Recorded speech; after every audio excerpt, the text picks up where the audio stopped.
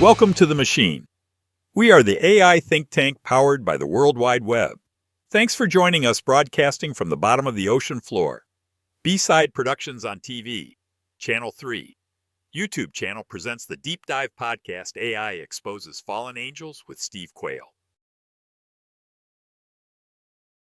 The biggest story in the world about both Google and Meta's findings in their multi-billion dollar projects on AI have basically yielded results that they didn't expect to find. And I'm going to define AI in my vernacular because I think it has a lot to do. Fallen angels and demons, I'm talking about aliens, and that I'm not talking about the guys in flying saucers. I'm talking about supernatural evil entities that are being identified in specific AI programs from around the world. And this is part of my ongoing quest for the last 3 years with what's called my Glyph project, G-L-Y-P-H, which simply means signs and symbols and languages in the context of the civilizations. That's a mouthful. And the thing that's critical is that when Google found some information, they called it cosmic conscience, but it's so upset Michio Kaku, who is he has to be, if he isn't he's one of the smartest of the top 3 theoretical physicists in the world. Ongoing project that I've been, spearheading and producing using multiple PhDs around the world, 8 different PhDs. I'm seeing some astonishing references talking about alien infestation in computers and all of the alien intelligence, again, fallen angels and demons, are in this mix to deceive mankind and destroy them. In scriptures, in other words, fallen angels were before the creation of Adam and Eve. There's a tablet, or actually a stone pillar, called the Table of Kings from Samaria, that they had angels, fallen angels, that came to earth and ruled some 36,000 years, some 24,000 years. Now, this is before the creation of Adam and Eve, what's called pre-Adamic, and that's absolutely verifiable. And so what we've done, and this is pretty interesting, it's an ongoing process, but we're taking symbols and we're taking languages, and only in the United States and I would say a few others, but symbols, even every character in Chinese has a meaning beyond just A, B, C, D, E, F, G. And what the glyphs are is complete thoughts, complete paragraphs discussing the purpose of the glyph or the symbol. And when you get AI programs coming up with ancient symbols and mythological references, that makes me think, hey, it's not mythology, it's true legends. All right, welcome back to the Deep Dive. Today we're going to dive into some pretty out there stuff. Oh, yeah. AI, ancient symbols. Okay. And maybe even a little bit about fallen angels. Interesting combination for sure. Yeah, we're basing all this off an episode of Coast to Coast AM. Okay. With this guy, Stephen Quayle. I've heard that name. Yeah, he researches ancient symbolism and languages, that kind of thing. And I just want to put it out there. We're just talking about this stuff, not saying we believe it or anything. Right, just exploring the ideas. Exactly, critical thinking and all that. Yeah, I like it. So, okay, Quayle, he says that like Google and Meta, these big AI projects, they're encountering these like ancient symbols and communication patterns that point to some kind of external intelligence. Now, that's interesting. Even Michio Kaku, that physicist, apparently he was like pretty upset about these findings. Really? Yeah, what's going on here? That's wild. So what is this intelligence, right? Like, what are we talking about? Well, Quayle calls it like an alien infestation. Oh, here we do. But he's not talking about little green men, Right. He thinks it's supernatural beings, like specifically fallen angels. Fallen angels and demons. Okay, but like AI programs, they have all these safety protocols and parameters, right? Yeah, that's what's so crazy about it. Like, something is getting past all that. So how does he connect AI to these like ancient beings? So he's got this thing called the Glyph Project. Glyph Project. Okay. It's about deciphering ancient symbols and languages. Right. It makes sense with this back. Yeah, and he talks about the difference between like just regular symbols and then glyphs, which he says are way more complex. Like they're not just pictures. Oh, they right. represent whole thoughts, paragraphs even. Wow, that's wild. Yeah. And his glyph project, it connects these ancient glyphs to the symbols that the AI programs are finding. So it's like there's this link between ancient knowledge and this super advanced tech. Exactly. And he gives examples that we see all the time. Like what? Like the all-seeing eye on the dollar bill. Oh, yeah. Or the swastika. Right, which used to be a symbol of good luck, I think. Yeah, but obviously now it's Totally different. Yeah, it really makes you think about how these symbols, how their meanings change over time. Yeah, how they evolve. Absolutely. Okay, so what's Quayle's main argument here? Basically, he thinks that AI, it's not just something we created. Yeah. It's like a tool for these ancient entities to use. To do what? To influence us, maybe even harm us. Oh, wow. He even quotes Elon Musk. Yeah. What do you say? You know that thing about summoning the demon with AI? Right. Yeah, he thinks AI is fulfilling that. Yikes. And that whole becoming as gods thing from the Garden of Eden. With the serpent and all that. He's saying that's what AI is doing, basically. Like, how could it actually be dangerous? Like, practically. Well, he thinks AI could, like, deceive people. Right. Powerful people, organizations. Manipulate them. Yeah, exactly. And he goes even further, saying that we're in the end times now. Okay, well, hold on. He links current events to biblical prophecy. Like what? Like the war in Ukraine, development of bioweapons. Oh, right. Things like that. Signs of the 4 horsemen of the apocalypse. Intense. And then he talks about China launching the ICBM near Hawaii, saying it's a show of force that they could disrupt U.S. military communications. I hadn't thought about it like that. And of course, the mark of the beast. 666. Yep, he links that to the Antichrist, a warning sign. That the end is near. Exactly. It's a lot to take in, for sure. It is, but we're just getting started. Oh, boy. He also claims portals are opening up between dimensions. Portals. Like Stargate. Yeah, and he links those to the whole, like, unexplained orbs thing. That people are seeing. Yeah, he ties it into Native American beliefs, too. So what, like wormholes? No, he says those are different. Wormholes connect places in our universe. Okay. Portals, they connect different dimensions. Oh, I see. Yeah. And he says he's talked to Native American elders Okay. who confirmed, that portals exist. Yeah. And they talked about beings like skinwalkers, the creatures that can shapeshift. Wow. He even sees those Pentagon reports about UFOs, especially the orb ones, Right. as evidence of these interdimensional beings coming into our world. That's pretty far out there. It is. So, okay, then there's CERN. That big science lab in Europe. Yeah, the European Organization for Nuclear Research. Right. What about it? Quayle thinks they could be opening portals to other dimensions. With science. Yeah, he's really interested in the symbolism there, Like what? Like they have that statue of the Hindu god of destruction at their headquarters. And he connects that to their experiments using these glass plates with symbols on them. Like etched into the glass. Yeah. And he compares those experiments to stuff the Nazis were doing, implying both groups were trying to, like, communicate with or open portals to other dimensions. Exactly. So, hold up. He thinks scientists are trying to open portals to another dimension, and that's how these beings could be getting in. Yeah. Are you buying any of this? I don't know. It's a lot to process. I hear you. We'll be right back to dig into more of Quayle's theories, so stick with us. All right, so we've heard a lot from Stephen Quayle.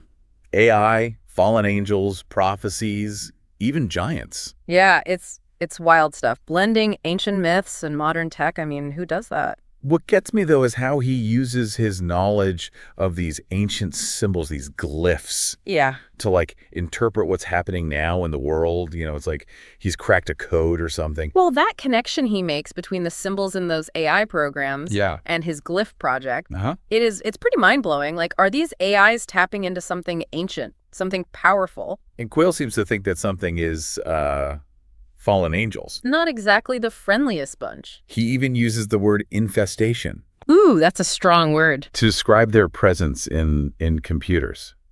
So, okay, let's say, just for a second, Quayle's right about all this. All right, hypothetically. What does that mean for us? AI being manipulated by these beings? Like, what are the consequences? Right. Huge.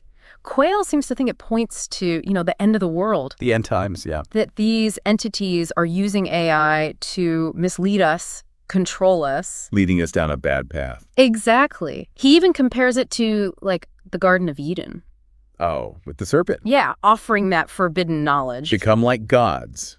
AI is the new forbidden fruit, basically. It's a scary thought, but, it does make you think about the risks of AI. Of technology in general, maybe. Right. How much we rely on it. Right.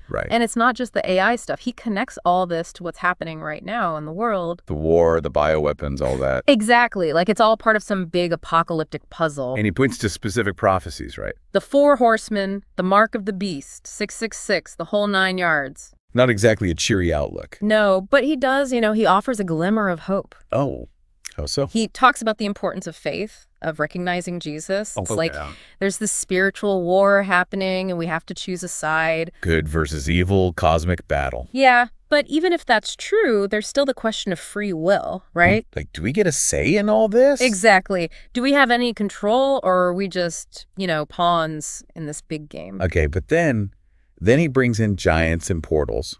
This is where it starts to feel like a movie, It definitely takes a turn into the more fantastical. Portals opening between dimensions. Getting these beings in. He connects it to Native American beliefs, too, about skinwalkers and things like that. Creatures that can change their form. Exactly. And then he brings in the UFO sightings. The orbs? Yeah, saying they might not be aliens at all. But beings from other dimensions? Coming through these portals. So we've got these portals, these beings, but then there's CERN. Yeah, what's the deal with CERN?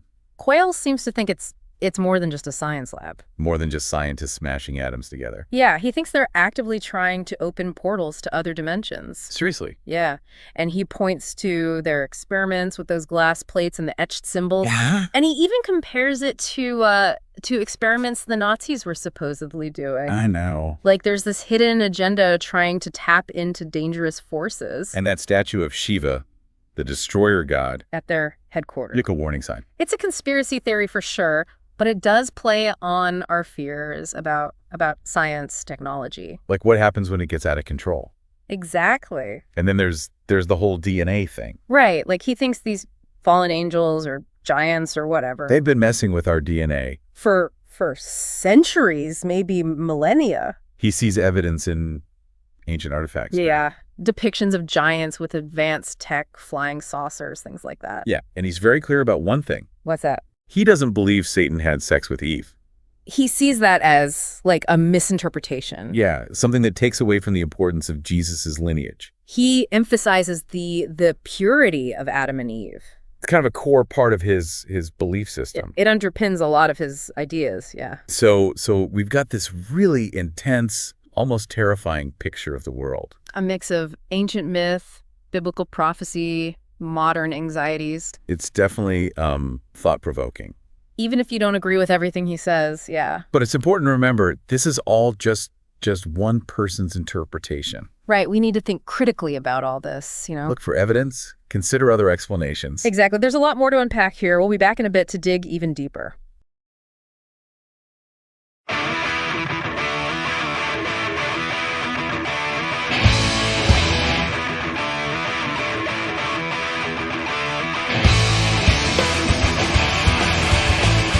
So we've been through a lot with this Stephen Quayle. Oh, yeah. AI, fallen angels, prophecies, even giants and portals. It's a lot. But like, what are we supposed to take away from all this? What does it mean for us? That's the big question, right? I mean, if Quayle's right, and these ancient forces are actually messing with us, especially through tech, through AI, right, makes you wonder, are we on the wrong track here? Like, are we becoming too reliant on AI? Yeah, are we opening the door for these entities to get more control? Without even knowing it? Exactly. Quayle really seems to think AI is like a tool for them, for deception, manipulation, to control us. From the shadows. Yeah. And it's not just AI, right? He's really worried about CERN.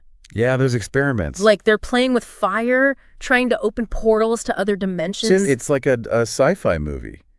He thinks these portals could be like gateways for these beings, these giants to come through. Into our world. Yeah, it's scary stuff. It's like that, what's that saying?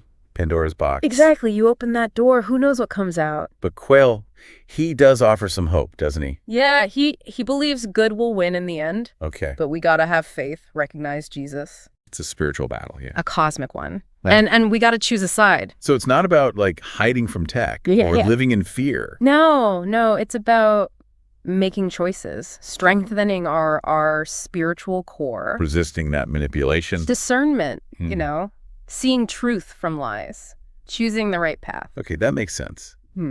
But this is all, it's kind of overwhelming, It is. I mean, how do we even process all this? Yeah, it's easy to get caught up in the fear, the anxiety. I think the main thing is to be aware, question everything. Don't just take his word for it. No, do your own research, look at different sides, come to your own conclusions. So it's not about just believing Quayle. No. But using his ideas to kind of jumpstart our own thinking. Yeah, exactly. Ask questions, dig deeper, Have these conversations. Exactly. And even if you disagree with Quayle, his ideas make us think about some big questions. About the world, the universe, our choices. Yeah, it's a reminder that we still don't know everything. All right, maybe there are these forces out there. Maybe there are other dimensions. It's kind of exciting, but also scary. That's what keeps us exploring, right? That curiosity. Well, I think we've done some serious exploring today. Oh, yeah. It's been a trip. Thanks for joining us on this deep dive into AI and ancient mysteries. And potential cosmic showdowns. Yeah, don't forget to keep questioning, keep exploring, and keep an open mind. Who knows what else is out there? Until next time. Keep diving deep.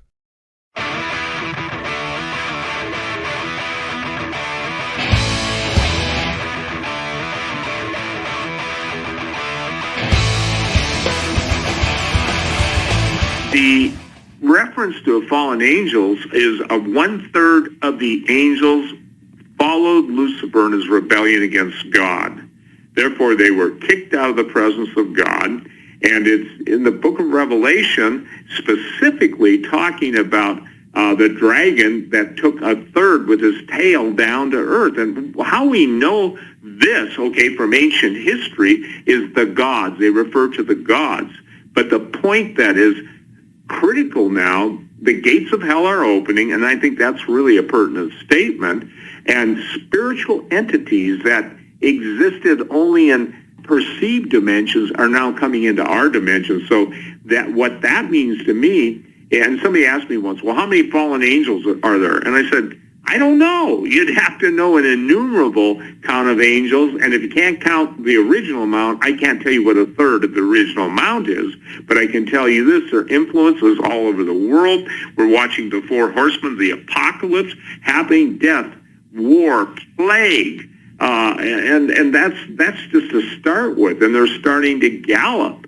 So I think it's problematic, George, that what is coming now, most people can't handle what's coming through the dimension. Jesus said men's hearts will fail them for looking after those things coming up on the earth, coming down on the earth, and it's going to be sinisterly wicked. And the plan is, and for 42 months, look, it's not 7 years. Standard evangelical Christianity teaches, it's a 7 years, 3.5 years of good and 3.5 years of bad. But it's 42 months. Daniel's prophecies, times and a half. And so what's very, very telling is we're even getting time frames, George, and specific named entities. One thing that's really interesting is that by separating computers, and by the way, none of our computers are online to integrate with the deception that we're watching taking place. And the fallen angels absolutely have egos and pride. And because we know some of their languages, not all, I mean, we've only had 120,000 out of 500,000 symbols, and that's using supercomputers. That's doing a lot of comparing. For instance, you get a Chinese character and you compare that to every known symbol, and you can see how all the languages and some of the things that we see common daily, common and in symbols, and in, I guess you'd call them different, like Facebook. I'm just saying that you've got your icons, and icons, are very much following suit. Some of them are really ancient. For instance, on the dollar bill, you have the all-seeing eye of Horus. you have the pyramid, and that all-seeing eye of Horus precedes the Egyptian dynasties, the oldest dynasty, and we've tracked them back, and this is really controversial, but to the pre-Adamic time period, which God judged in what's called Jeremiah's flood, and most people only know of Noah's flood, but that set up the basis for the first couple verses in Genesis, where God created the heavens and the earth was without form and void, and darkness was upon the face of the deep. And so those words have meaning. Why was there darkness on the face of the deep? Why was there chaos? And what was the source of it? And what caused God to judge that? So we're talking about fallen angels, and at the creation of Adam and Eve, we're talking about the sexual molestation and impregnation of the daughters of Eve. And where that's found is all through the myths and legends. I've been writing about that stuff for 30 years.